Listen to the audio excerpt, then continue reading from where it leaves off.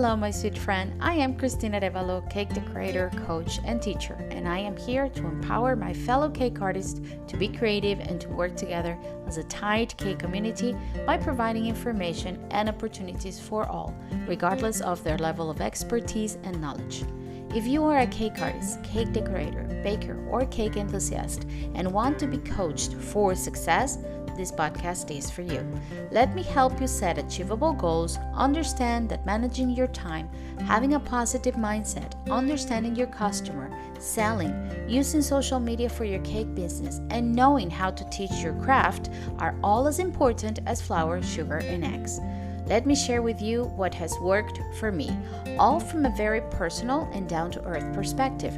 I want for you to put your name out there, not to be stressed with time and working hours, and to participate in cake collaborations and competitions, so one day you will be that cake artist featured in a cake magazine or teaching at international events, just like me. Welcome to the Art Cake Coach podcast. Well, hello, my sweet friends. Welcome to another episode of the Art Cake Coach podcast. Cristina here. So happy to have you back. Another Tuesday morning here from Lisbon, Portugal, where I'm at. Today's episode is another solo episode because I'm recording a few episodes with guests that will be available probably at the end of the month and next month. I have a lineup of people who's coming in that is going to be amazing. But for now, you got me in this episode. I like I said before in the last week's episode, I do miss my solo episodes because it's my time to just talk to you and just share all of the things that I learn and that I gather for you guys, because all of the things that I share with you in my solo episodes are things that have helped me at some point to improve my mindset, to improve my goal setting, my time management, and to help me move forward in my cake decorating career, which is now not a cake decorating career because, as you know, I'm not baking cakes to sell anymore. I'm just doing it for the artistic side of collaborations and competitions, magazines if necessary. But I'm more dedicated to helping you guys, to help my community, and to be your coach. And talking about communities, I have to say that this month is the month anniversary of Cake Friends Stay Creative. 4 years. Can you believe that? It's been 4 years. First of all, sadly, it's 4 years since the lockdown and the pandemic, but it's also been 4 years since this blessing in disguise, who was Cake Friends Stay Creative, was created. It was on March 14, 2020, was the day after the lockdown started. And my life changed after that, and you know that. If you want to know more about that, there is a whole episode dedicated to the story of Cake Friends Stay Creative. I think it's the second episode of the whole podcast, so go check it out so you can listen to the story. But moving forward, 4 years, it's a big community. It's a tight community. We're still there for each other. We're still bully free, 100% supportive, all people from all over the world, regardless of their level of expertise. We welcome people from different races, different beliefs, different ethnics, different countries. Everybody's welcome, because the only thing that unites us is our love for baking and our love for cake decorating. And it has been a blessing. It has been such a supportive community, and for me, it has been the pivoting moment point of my career as a cake artist and as a cake decorator, and the start of all of this project. So stay tuned, because I'm going to be sharing here. Actually, the anniversary is next week, so the episode next week, we'll probably talk a little bit about what we're going to do for our anniversary. But I can tell you that there will be live demos throughout the week. There will be a cake collaboration reveal on the 14th, and we're going to have some extra classes on that month. And also, I made the promise that I was going to be live every single day from now until our birthday, or for the month of March. Actually, I think I said it, because that's what I used to do on the podcast. Now, that's what I used to do in the group the year we opened it in during the pandemic. Every single day, I will get in, say hello, count the days, and count our blessings for that day. But today's episode is not about Cake Friends Stay Creative. Today's episode is about a topic that I hear a lot from my fellow cake decorators. This is a topic that resonates with me. I think resonates with all of you.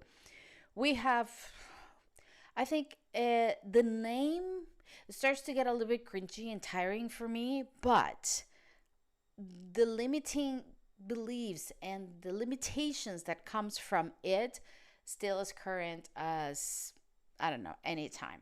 So today's episode, it's called Overcoming Imposter Syndrome and Limiting Beliefs in Cake Decorating and Cake Artistry. What happens is, this last month, as you know, was the DMA's awards, and we see all of these people going. I mean, we went to the awards. Some of us lost, some of us won.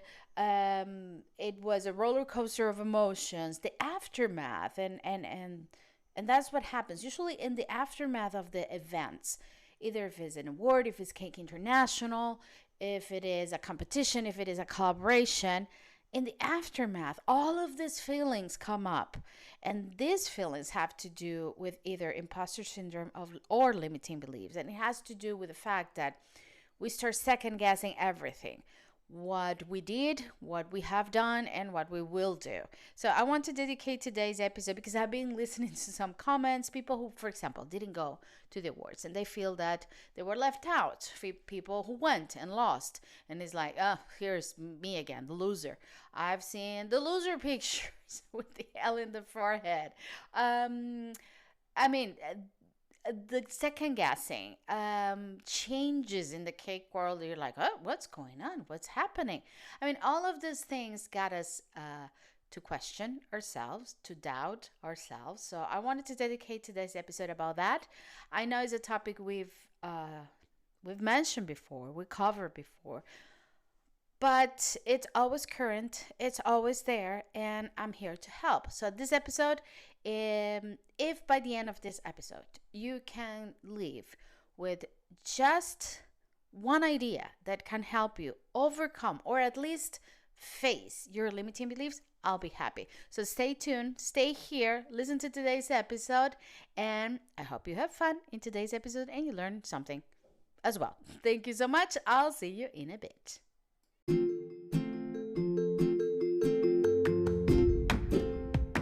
And today's episode is brought to you by Saracino. Not only because I use their products, especially their sugar paste modeling products called Pasta Model that I use for all my collaboration and competition pieces, but also with their free monthly magazine, We Love Pastry, a magazine filled with absolutely incredible, easy to follow, and unique tutorials created by very talented artists from around the world. We have interested interviews and blogs, and there are always ways to win products from the Saracino family. You can download it for free every month, and I will be leaving the links to their webpage so you can enjoy this great magazine every month. Thank you, Saracino, and thank you, We Love Pastry Monthly Magazine, for being part of the Art Cake Coach podcast. So, my sweet friends, as I mentioned before, this topic, or the topic of today's episode, is imposter syndrome, fears, and limiting beliefs that can impact your cake decorating journey or your cake decorating / baking / cake artistry business, if you have a business, or even if you're a hobby baker. I mean, this goes, and I think I've shared this before, this goes from the mom hobby baker making the cake to their kids, for their kids in her kitchen, to the biggest name in the cake industry. Limiting beliefs and imposter syndrome is something we all face, regardless of where we are in our cake business and in our cake journey. to give you an idea of how this happens, and because I'm here preaching this, I'm here telling you about, oh, these are the ways that you can face your limiting belief in your imposter syndrome. And I keep facing them. It's not something you get cured from. It's not something you get healed and they disappear. It's something that you learn how to face, which is different. But the first thing you have to do in order to face them is to acknowledge it. So, in order to acknowledge our limiting beliefs or the feeling of this imposter syndrome feeling, which is actually a fear, is definitely a fear, is to understand where it comes from. So I'm going to share with you a few of the experiences or the, let's say, the places where these kinds of feelings usually come from. Like I said before, the aftermath of any cake event. In the aftermath of any cake event, when I look back, I usually tend to, because like the first week you're really excited and you're riding that wave. You're like, yeah, I met all my friends and I did this and I did that and I got a bronze, which is usually what I get, and or I didn't win but I met everybody, and you get all positive. That's me. I get all positive about it and all the good things, and everything is pink fluffy unicorns. But as the week goes by and the next week and the next week comes in, I start wondering, why did I what did that happen? Why did I get the bronze? Why I didn't win? What am I doing that is not enough? Maybe I'm not good enough. Maybe I have no business in this industry. Maybe so that's where the second guessing start. Even, and I'm going to be honest with you guys, and I'm sure some of you are going to resonate with me. This cannot be just me. Even the fact that I forgot to take pictures with some people, it's like, oh, come on, I didn't take the picture with that person. That person was important to me, and I didn't take the picture. I feel so bad. What is that person is going to think? Is going to think that I don't want to take the pictures, or I didn't, or that I feel like I'm better than them. I mean, all of these limiting beliefs could be like that. It could be not only that I'm not good enough. It could be like, what will people think of me? I mean, all of those feelings start to come out after, I don't know, maybe the second or the third week after the event. And then you start second guessing everything. So usually that's, for me, one of the triggers after the aftermath of an event, a cake event. Another trigger is social media. When I see somebody else's posts and I haven't posted in a while, or I'm like right now, for example, or this month, I've been very busy preparing things.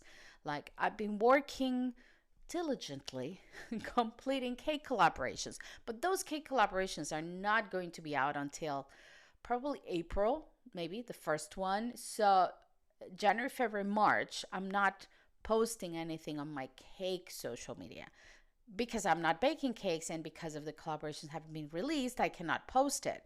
So it's empty. And I feel like, what's going on? And I see everybody else's posts, and I'm like, oh, I don't have anything to post. I am not doing what I'm supposed to do. And then it comes, I'm not good enough. Maybe I shouldn't be in this industry.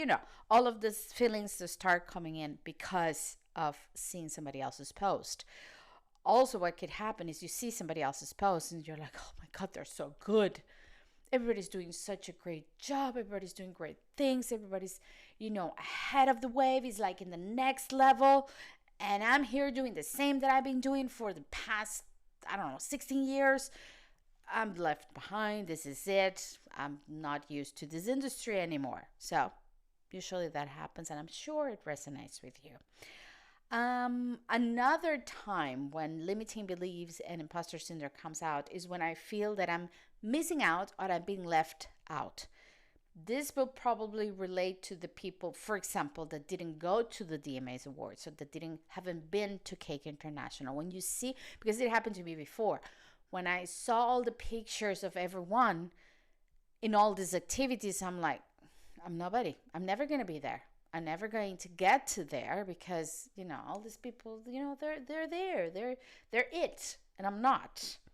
So that could happen as well. When my work is going to be judged. For example, I'm preparing a piece for a competition. Ooh, limiting beliefs all over. Imposter syndrome all over. I second guess every little thing that I do. I mean, even the way I hold the X-Acto knife, I'm second guessing it because maybe if I hold it differently, or I saw in a video that somebody else was cutting with the different knife. Maybe that's the thing. I need to use a different knife. I mean, it's ridiculous, I know, but I start second guessing everything. And and the thing is that when I'm not being judged, when I'm working on the collaboration pieces on the weekend by myself, relax, everything runs so smoothly. And usually the work that I don't pay, I'm not going to say that I don't like the most, but the work that I do because, well, I have to do this one. Like I compromise with this friend. I'm going to do this collaboration. It's not my thing, but I'm going to do it. That's usually the work that get more praises and that is more successful because I was so relaxed doing it that it went well. It was good.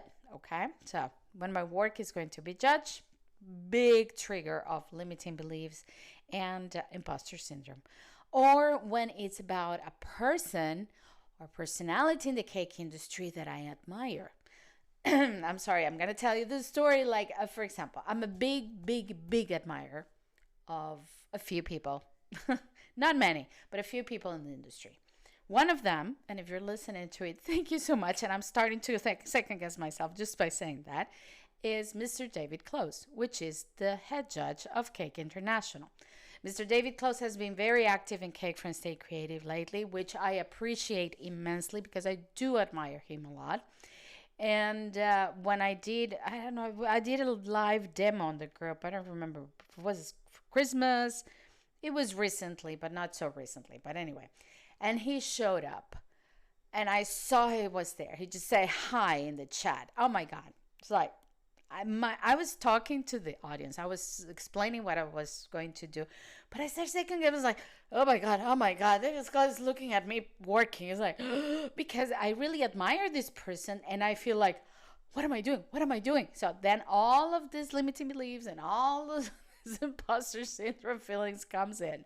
So yeah, that was one, and there are many. Like I met Karen Portaleo, which I admire a lot 2 years ago on Cake International. And I didn't even know what I said to her. It's like, oh, yeah, I like your work very much. I didn't know what I was saying. And when she walked away, I took a picture, nice, everything. She walked away, it's like, I had so many things I wanted to tell her, and I didn't. So I'm so stupid. And then it's like, oh my God, I'm so stupid. People's not going to believe in me. People's like, what am I doing here? Anyway, all the limiting beliefs comes in. So usually those are the triggers for me. And I'm pretty sure that you can relate to either one of two or maybe three of those. The thing is, I identify those triggers.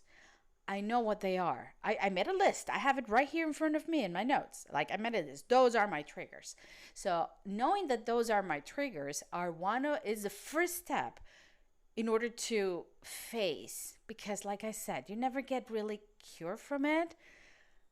Honestly, and this is just my thing. This is my my conclusion, my very, very personal conclusion. I didn't take this from any study, and I didn't learn anything from this from anywhere. My personal conclusion is when you get rid of all of your limiting beliefs, you start sounding,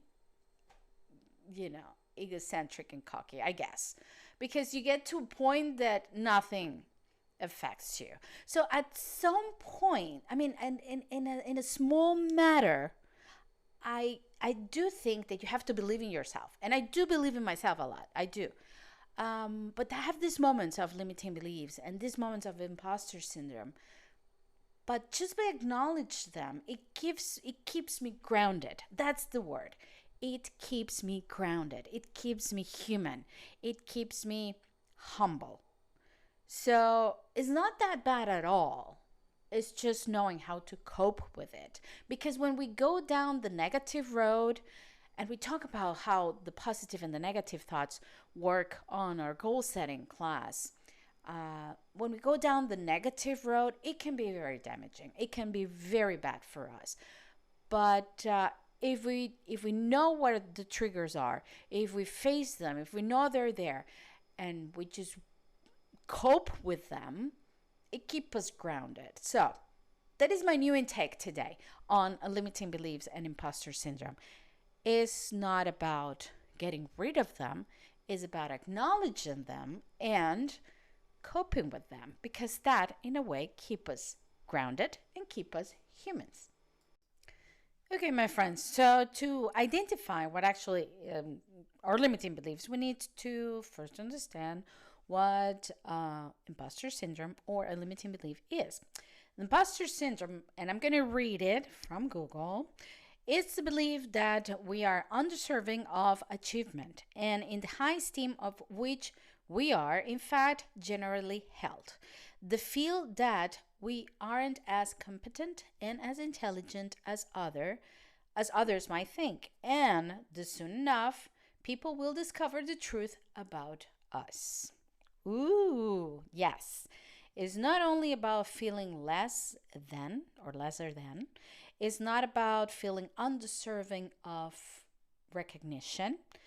It's not about only about comparing, but it's the feeling that people is going to see that we're not good enough. People are going to find out that we're not good enough. Newsflash for you guys, it only happens in our head, because as it is happening in our head, is happening in every single other cake artist's head. So we're all walking around thinking everybody's judging us. Everybody is going to find out that we're not good enough when they in their own world are thinking exactly the same.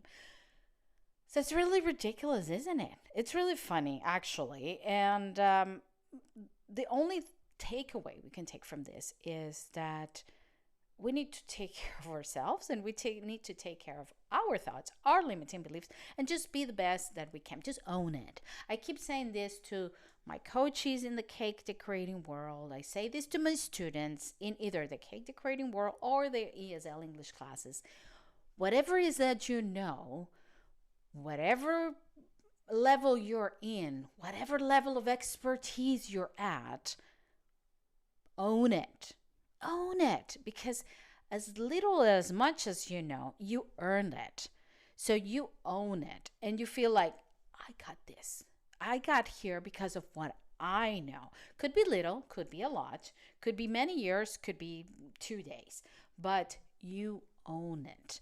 And when you shift that focus to, I own this, like I did it, I managed to get here, those limiting beliefs and the imposter syndrome starts to quiet down. I'm not going to say it's disappearing, because like I mentioned before, I've just recently faced it.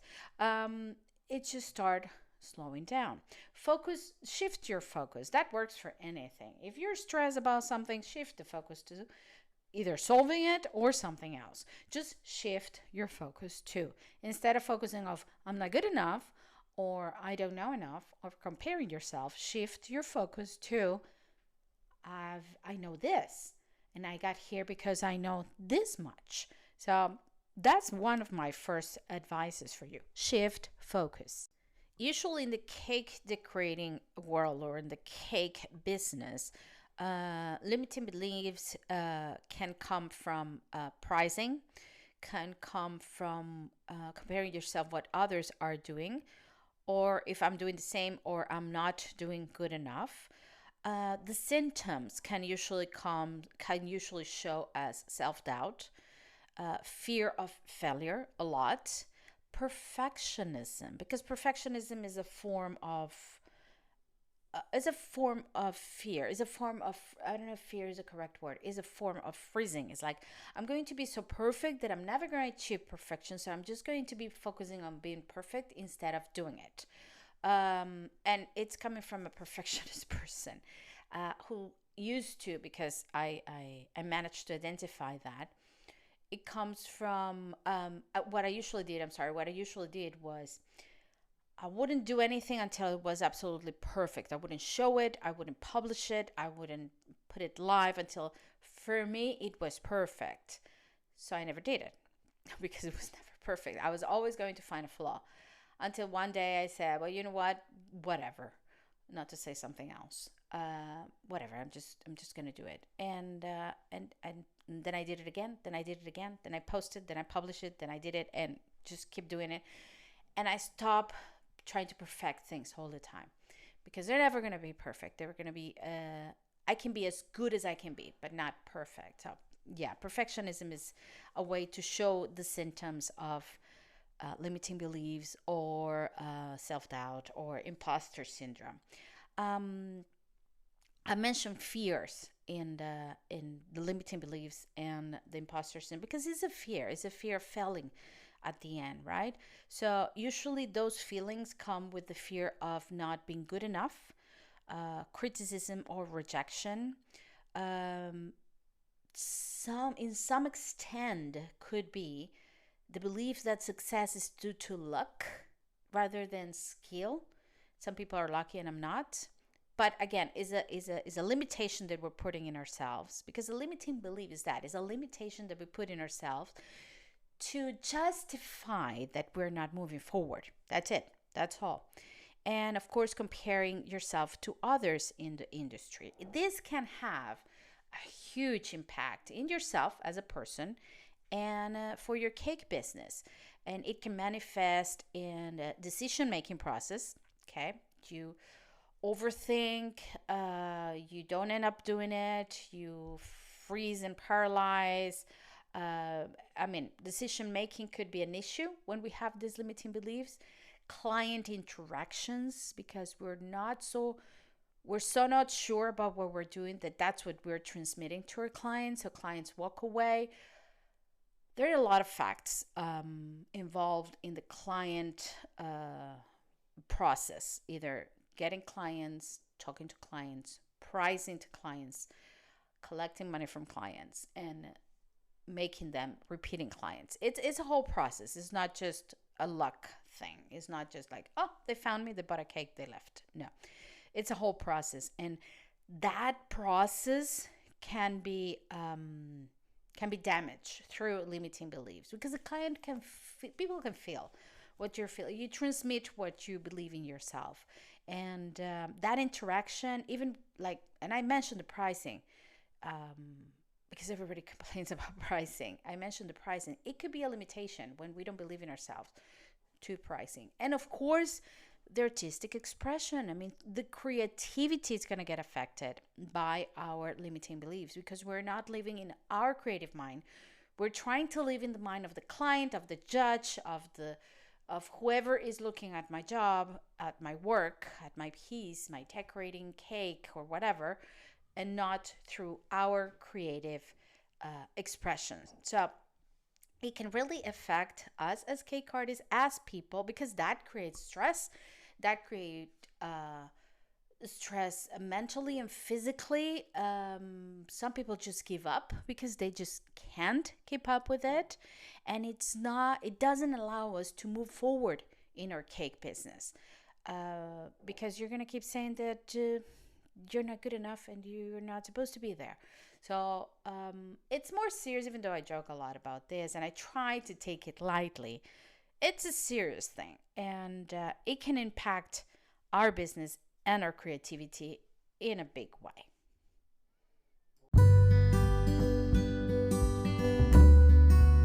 As your cake coach, I am here to help you. If you want to go a little bit further in your journey, to organize your time, set clear goals, maybe teach, work on your mindset, or set a roadmap for results, especially for results and success, I am here for you. Why don't you book a free discovery call with me? I will be leaving the links here in this episode so we can chat, we can talk about what you really need, and we can see if we're a good fit for each other. Remember, I have just one mission in this cake world. First is to unite the cake community as one, and to make you, my cake artist, my sweet friend, understand the importance of investing in you. Like I said, I will be leaving the links here in the description of this episode so you can book a 30 minutes free discovery call with me. And just remember, in case nobody said this to you today, I do appreciate you, and I want you to stay safe and stay creative. I cannot let you walk away of this episode without any kind of strategy or any kind of tips on how to overcome your limiting beliefs and imposter syndrome. But before getting into that, I want to share with you a few things that I learned along the way, especially in this year. One of my goals have been that every month I'm going to learn something new. I'm going to either take a class, take a course, improve a skill. It's been one of my goals. And I've taken 2 courses so far, January and February. So it's only 2. But I've been reading books as well, and I've been listening to a lot of podcasts. There's this person, it's called Stephen Bartlett. Maybe you know who I'm talking about. I really like his podcast, and through his podcast, I got to one of his classes, and I took a class on business, which was really interesting. But one of the things that resonated with me was the fact that he mentioned that starting a business, and I tried to translate this into today's episode and into our K community, starting a project, starting anything, can be uncomfortable and can be challenging. Okay, maybe it's a cake for a client, maybe it's a magazine tutorial, maybe it is a cake collaboration or a competition piece. It could be uncomfortable, and it could be difficult. We could face fears through it, and that's where the imposter syndrome and the limiting beliefs come in. And our nature is to avoid discomfort. So one of the first things that we need to embrace in any endeavor or any project that we start or that we embark on is to embrace discomfort. Embrace it by getting it out of your mind. No, it's going to happen. It's not going to be 100% pleasant thing. There are some points of it that it's going to be uncomfortable and that you're going to have to face it. So shift your focus. Remember when I talked about shift your focus? This is one of the first tips I'm going to give you. And I think I'm not going to say one of the most important, but for me it has work of overcoming imposter syndrome, because all of the other tips are going to be quite general, and you're probably going to find that if you Google it, you're going to find it. But I know this by fact, when you shift that focus to something else, everything is put into perspective. So shifting your focus for me is a way of confronting my fears, because you're always going to feel judged. You are going to be confronted with yourself, with people, with ideas, with input from somebody else. Give yourself permission to make it normal. And it's normal to expect that from others. So you assume that's going to happen. It's like I used to be afraid of, not 100% comfortable anymore, but I used to be afraid. Now it's okay. But I used to be afraid of flying on planes. And when my therapist told me it's all about control, is it about giving control to somebody else? Because you cannot control the plane. You cannot control the sky. You cannot control the clouds that's going to provoke turbulence. You cannot control anything. You just have to trust, get on the plane, and focus that in 2 or 3 hours or whatever time you're going to be in the other side, and you're going to have fun wherever you're going. So it's similar to this. Just assume there's going to be discomfort. Assume there's going to be turbulence, if I can paraphrase with the other example. Assume there's going to be discomfort. Assume that there is going to be trouble, that there's going to be opinions, that you're going to overthink it at some point, and just cope with it and focus on the outcome. Focus on the other side. I'm going to get to this other destination. It's going to be great. The same with any project that you face and with anything that you are about to embark on your cake decorating journey. If your fear, like I mentioned before, comes from the idea that you are missing out, focus on what you have instead of what you lack. Focus on, if you didn't go to the awards, focus on how do I get there next time. If you didn't take the picture with that person, focus on Next time I see this, I'm going to send them a message. And I did this with some people. I sent a message like, I'm sorry. I wanted to take a picture with you and I didn't. I don't know why. Don't take me wrong. Next time we'll see each other. We're going to take a picture together.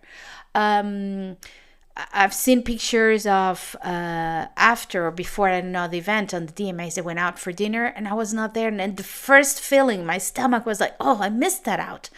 And then I said, well, count on me for next year. And Kelly was like, I'm counting on you for next year. I'm holding you accountable for that. So there is a compromise there. And it shifted my perspective of I'm never there. Everybody's having fun and I'm not. I shifted and now I'm focused on next time. I know that I have to go a bit earlier, not on the day of the event, so I don't miss these things out. For example, just shift that focus and know that the feeling is going to come, the criticism, the self-criticism is going to come. So that was one of the things that I wanted to share with you. And it comes to meet other information that I got from other coach that is called about that talks about that the first step to change something is, of course, awareness. And with the awareness, you're going to be aware of the fear. You're going to be aware of the process. You're going to be aware that the process could be painful. Sorry. And you're going to be aware that you might have a fear of the outcome. You can actually fear that the result is not going to be the result that you want. So you freeze. That could be another way of show up. Or for your fears and your limiting beliefs and your imposter syndrome to show up. So just be aware of that. Be aware that all of that is going to happen. Shift that focus and then just act on it. That's it. So understand your negative thinking. That's another key. For me, it has worked a lot on how to focus on the good, right? So if I want to change, if I want to shift my thought to the positive, I have to understand how the negative works. And this is how it works. I'm going to give you the tour. You start thinking something negative, and the first thing you do is you think the worst case scenario. Let's go back to the airplane fear. We're going to die. Like, yeah, it's going to happen. This is it. I'm going to die. Okay. So I attach the negative feeling to the worst case scenario. Let me put it. Okay, let's not talk about dying on airplanes. Let's talk about, let's say, cake competition, right? So you start overthinking. The fear comes in. The imposter syndrome flies out. The limiting beliefs take hold of your life, and the worst case, you start being negative. So the first thing you're going to say to yourself is, this is garbage, not to say something else. And I don't even know why I'm doing this. No, this is really, really bad. I'm not showing this space. After that, because then you see and you think, oh, this is it, the worst case scenario. Now, there comes another step, which is you attach yourself to that feeling, because this always happens to me, or because I'm not good enough. So the worst case scenario, this is bad. And you attach it to yourself, because I'm bad. I'm the worst cake decorator. I'm never going to win anything. And then you punish yourself by either freezing, I'm not doing it, I'm not showing this piece, or by talking yourself down, like, okay, just put it there in the table, you know you're not going to win anything, you're worse than everybody else. Or next time you just don't participate. It's like, you know what, this is not worth it, I'm not doing it anymore. So you punish yourself at some point, because that negative thought was attached to the worst case scenario, that was attached to yourself, that was attached to a punishment. That's how negativity works. And it's sad to know that there's a lot of people who lives in that mindset for ages, in that that takes a toll in their lives, their personal lives, friendship, work, as a cake artist, or as cake artists that we are. It takes a toll on our creativity, in our work, in our business. So understand or face if you're there. Like I say, focus. Just, am I there? Am I in that negative thought? Now that I understand how the negative thought is, the negative thinking works, what do? I'm going through I have a negative thought and I'm thinking, this is the worst case scenario. Like, no, it's not I'm gonna lose. This is not gonna happen. Okay, what is the opposite of that? Wait. You're giving yourself room to participate. You're putting yourself out there. Wait a second. Is it really about winning or losing, or is it about being there? Okay, so we shift that. Then if I go to the negative and then I attach it to myself, because this always happens to me. No, it happens to other people. Newsflash, we all suffer from this imposter syndrome, limiting beliefs, and we always think that everybody's better than ourselves. Yeah, it's humanity, people. It's all of us. So, yeah. So it's not just me, okay? And it's not my fault. It's not my fault. Just repeat it. Pause me and repeat it. It's not my fault. It's not me. Then, if by any chance you get to the third phase of the worst outcome, please hold on to, just stop and think of the best outcome and you can even think of the best outcome of the negative situation. Okay, what if I lose and I still believe I'm not good enough, but I'm learning from this experience. But I know I confronted my fears. And now I know how my negative thoughts work. So, people, yeah, there can always be a positive outcome of a situation. Many times, okay? I know you're thinking, because my mind goes to, no, there are situations there are not good. I know that. But we're talking about cake decorating. So, again, focus, people. We bake cakes. So, yes, understanding your negative thinking, key, absolutely key.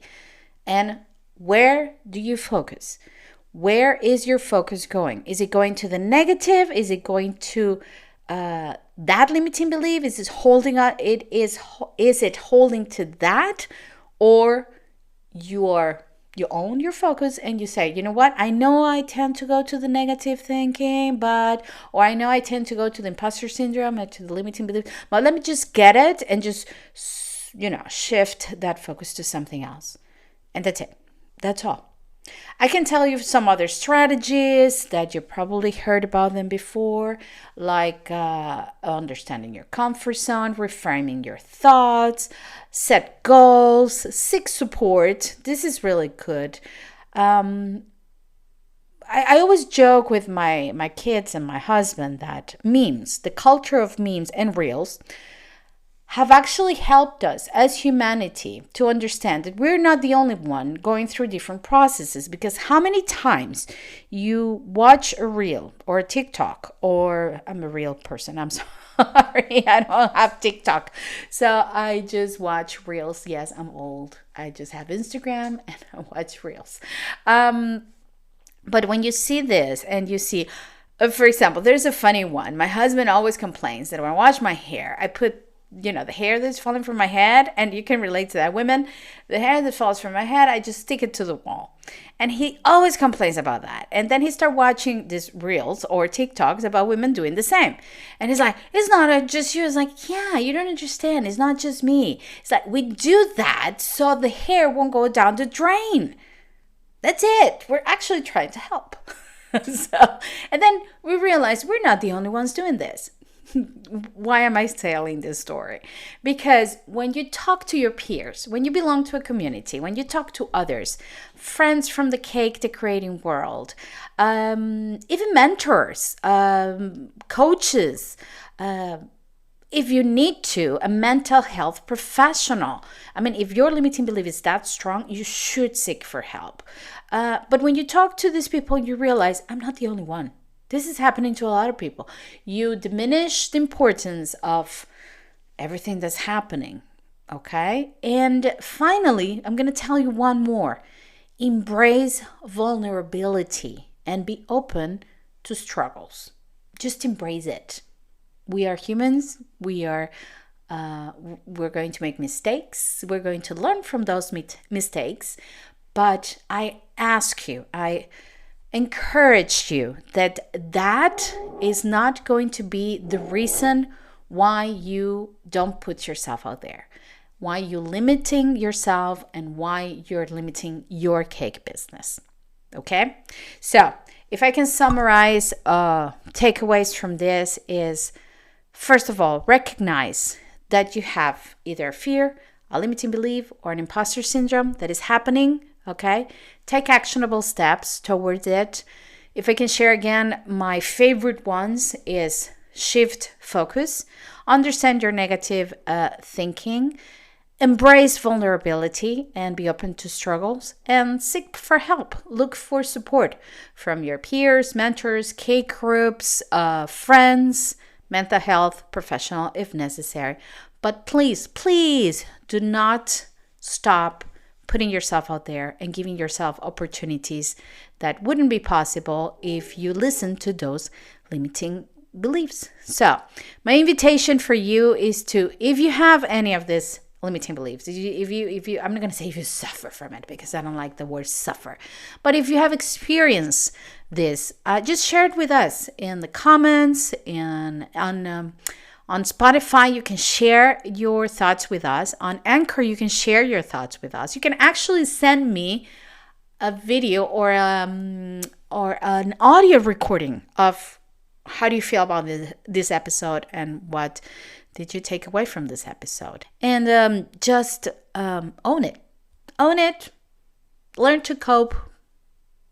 And don't stop putting yourself out there because of this. Because I'm sure you are a great baker, cake decorator, cake artist who has an amazing talent yet to come out. And if you're stopping yourself from participating, from teaching, from sharing, from collaborating, from being in a competition because of this, we are the ones missing out.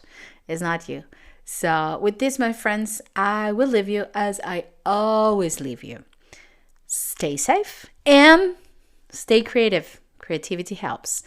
Love you all. Thank you for listening, and I'll see you next time.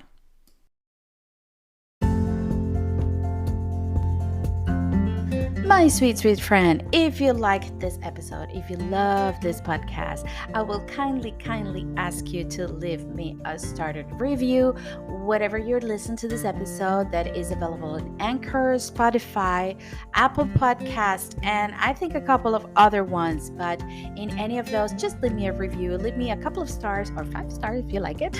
So people will find this episode, the algorithm would put it out there, and more of our K community will benefit from it. Share it with your friends. Download the episode and share them.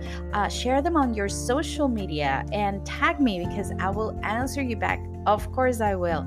And send me comments, send me your review, send me your feedback. Even if you don't agree with anything that I say, I would love to hear your opinion. You can find me in any of my social media accounts. I will be leaving the links here on this episode description.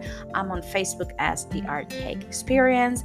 I am on Instagram at Christina_The Art Cake Experience. Or you can even find me on YouTube, my YouTube channel, The Art Cake Experience channel. So thank you so much for listening. And please leave me your review and leave me your comments and your feedback. I would love to hear what you have to say about any of these episodes.